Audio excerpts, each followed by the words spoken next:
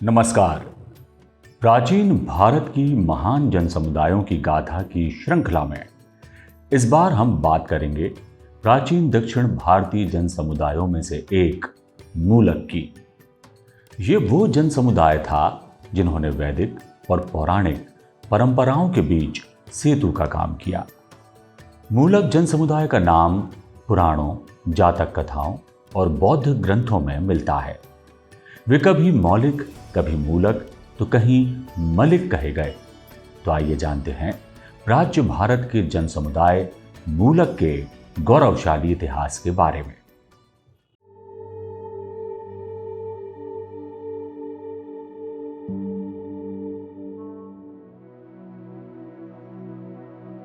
मूलक जन समुदाय के बारे में प्राचीन ग्रंथों में जो उल्लेख किया गया है उसके अनुसार पुराणों में मूलक का संबंध अश्मक जनजाति से जोड़ा गया है।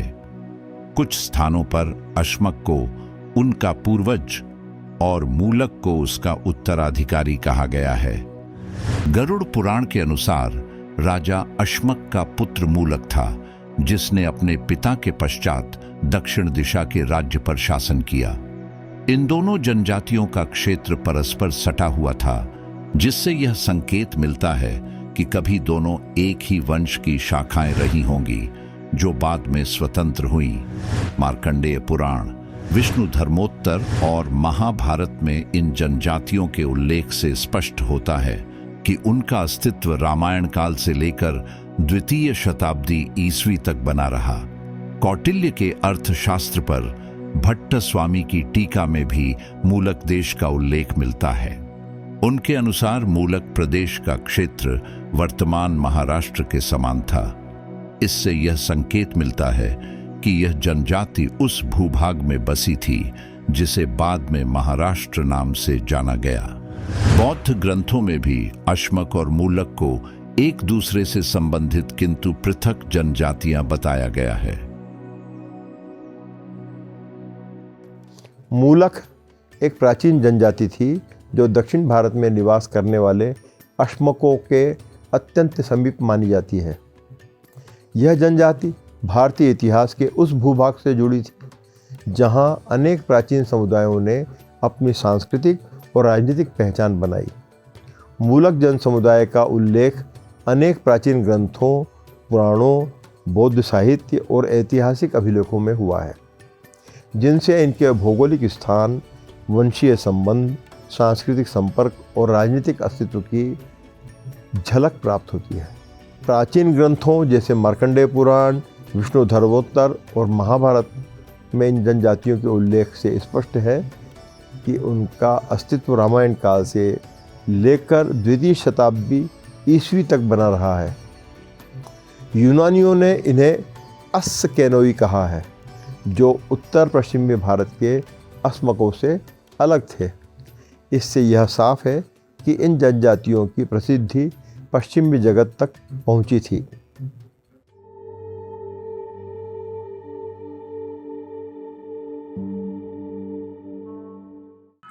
मूलक जन समुदाय में कई महान राजा हुए, जिनका वर्णन अनेक प्राचीन ग्रंथों में मिलता है। मूलकों के सबसे प्रसिद्ध राजा थे मूलक। कहा जाता है कि राजा मूलक इक्ष्वाकु वंश से उत्पन्न थे और राम के समकालीन माने जाते हैं। ये वही राजा मूलक थे जिन्होंने नारी कवच परंपरा की नींव रखी थी। तो आइए जानते हैं कैसा था राजा मूलक का शासन और नारियों के सम्मान के लिए उन्होंने किस तरह की सामाजिक व्यवस्था तैयार की थी। मूलक समुदाय के प्रसिद्ध राजाओं में राजा मूलक का नाम प्रमुखता से लिया जाता है।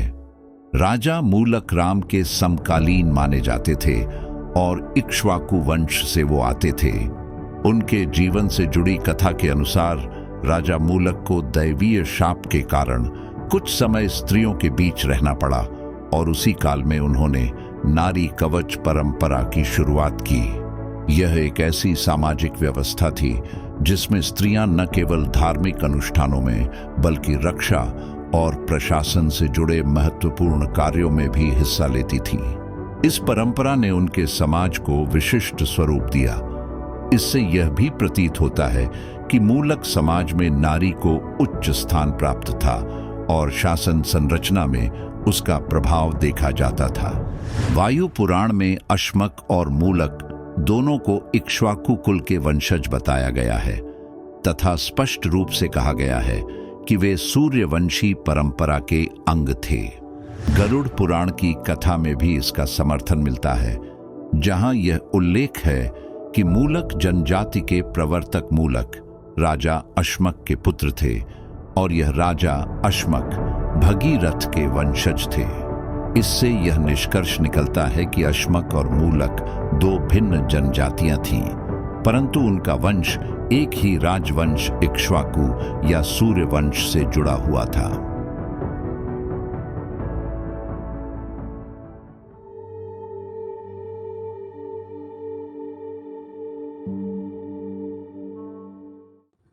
मूलक के शासन के दौरान धर्म और नीति पर विशेष बल दिया गया।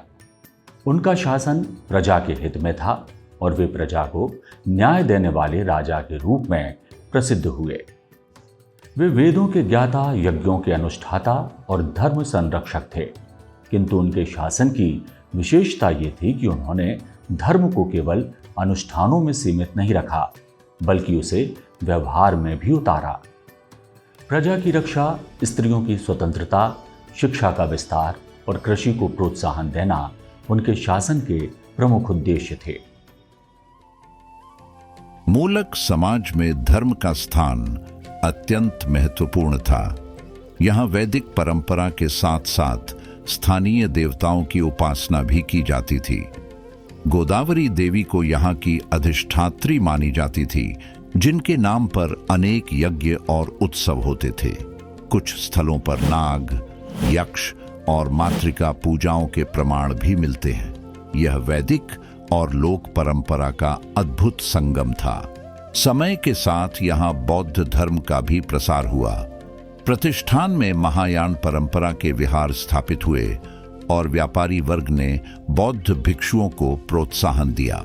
यह सह अस्तित्व बताता है कि मूलक जनजाति धार्मिक सहिष्णुता की प्रतीक थी। समय बीतने के साथ जब उत्तर भारत में नंद और मौर्य साम्राज्य का विस्तार हुआ, तो मूलक राज्य धीरे धीरे उनके प्रभाव में आया। मौर्य प्रशासन के अधीन रहते हुए भी यहाँ की स्थानीय संस्कृति जीवित रही।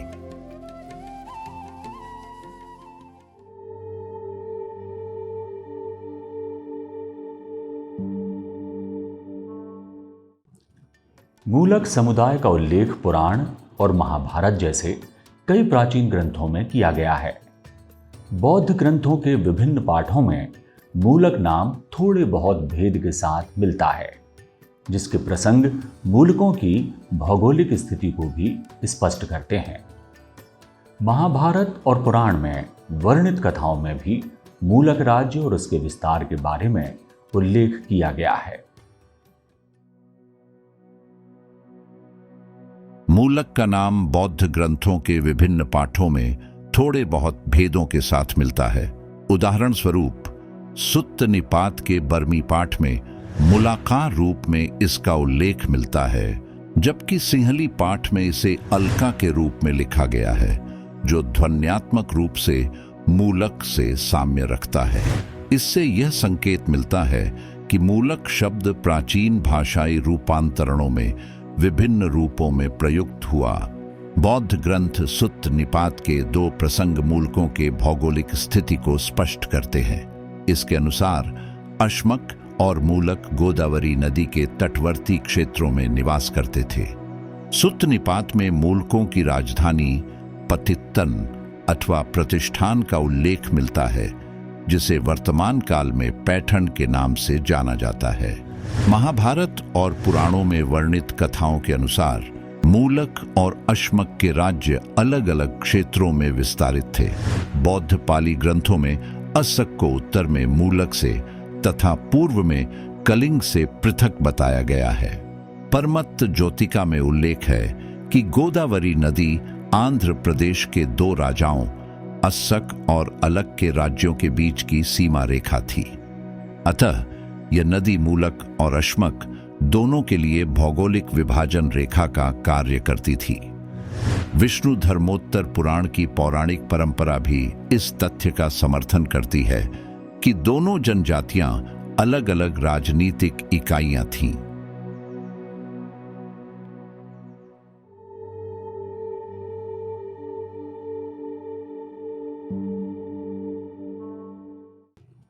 मूलक जन समुदाय की राजनीतिक व्यवस्था कैसी थी? इसका प्रमाण सातवाहन काल के अभिलेखों में मिलता है। कहां तक फैला था मूलक जन समुदाय का प्रभुत्व और किस तरह इस जन समुदाय ने अपने शौर्य, संगठन और प्रशासनिक दक्षता के बल पर प्रसिद्धि पाई, आइए जानते हैं। ऐतिहासिक काल में विशेष रूप से सातवाहन काल के अभिलेखों में अश्मक और मूलक दोनों का स्वतंत्र उल्लेख मिलता है। पुराणों और बौद्ध ग्रंथों के उल्लेखों के अलावा यूनानी यात्रियों के विवरणों में भी अश्मक और मूलक से संबंधित संकेत मिलते हैं। सातवाहन रानी गौतमी बालश्री के नासिक अभिलेख में उल्लेख है कि उनके पुत्र गौतमी पुत्र शातकर्णी ने शक, यवन और पहलवों पर विजय प्राप्त की और उसका प्रभुत्व असिक, अश्मक और मूलकों सहित स्रत, कुक्कुर, अपरांत, अनूप, विदर्भ तथा अकार अवंती तक फैला हुआ था। इससे स्पष्ट है कि मूलक एक स्वतंत्र इकाई के रूप में जाना जाता था और उसका क्षेत्र सातवाहन साम्राज्य के अधीन आया।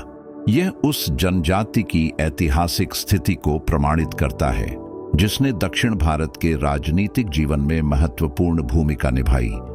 राजनीतिक दृष्टि से मूलक एक मध्यम आकार का जनराज्य था जिसका संबंध आंध्र, अवंती और विदर्भ जैसे बड़े राज्यों से रहा। यह जनजाति अपने शौर्य, संगठन और प्रशासनिक दक्षता के लिए जानी जाती थी। अश्मकों से इसका घनिष्ठ संबंध होने के बावजूद मूलकों ने अपनी स्वतंत्रता बनाए रखी और स्थानीय परंपराओं के अनुसार शासन चलाया।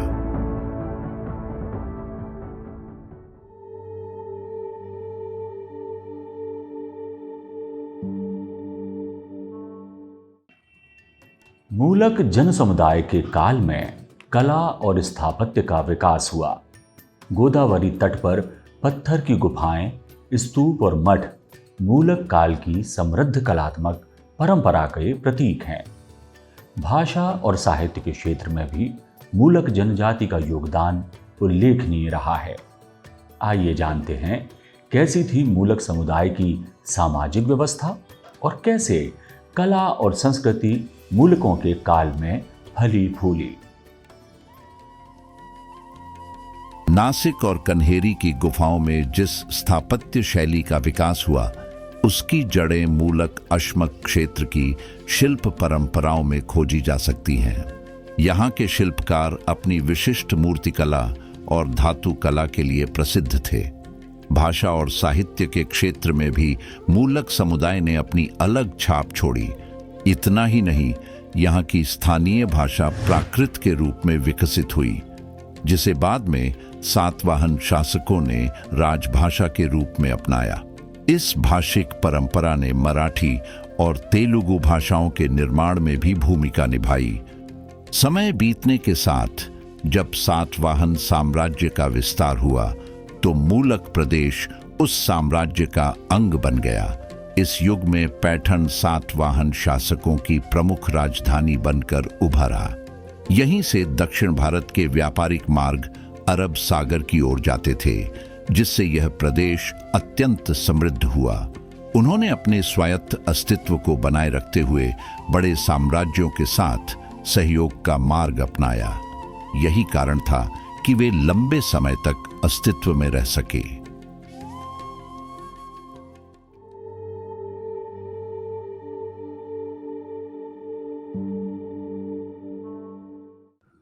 इतिहास के पृष्ठों पर भले ही मूलक जनजाति का नाम धीरे धीरे विलुप्त हो गया हो, परंतु उनके द्वारा स्थापित मूल्य आधारित न्यायप्रिय शासन, स्त्रियों की गरिमा, धार्मिक सहिष्णुता और आर्थिक आत्मनिर्भरता दक्षिण भारत की सांस्कृतिक आत्मा में आज भी विद्यमान हैं। प्राचीन मूलक समुदाय के पतन के कई कारण रहे। उदाहरण के लिए नई तकनीकों और कृषि के विकास के कारण लोग अपनी आवश्यकता से अधिक भोजन और सामान का उत्पादन करने लगे और इस अधिशेष ने समाज में असमानता की नींव रखी। जब अधिशेष उत्पादन होने लगा तो समाज के प्रभावशाली लोगों ने उन पर अपना नियंत्रण कर लिया और सामूहिक स्वामित्व की जगह निजी स्वामित्व ने ले ली। कार्यों के बंटवारे ने भी सामाजिक पदानुक्रम को जन्म दिया। निजी संपत्ति बढ़ी तो श्रम की मांग बढ़ी और युद्धबंदियों को गुलाम बनाकर उनसे श्रम कराया जाने लगा। इस तरह देखा जाए तो मूलक समुदाय क्यों अपना अस्तित्व खोता गया, उनके ये सारे प्रमुख कारण कहे जा सकते हैं। लेकिन ये कहना अतिशयोक्ति नहीं होगी कि मूलक समुदाय की संस्कृति ने भारतीय सभ्यता को समृद्ध करने में महत्वपूर्ण भूमिका निभाई थी।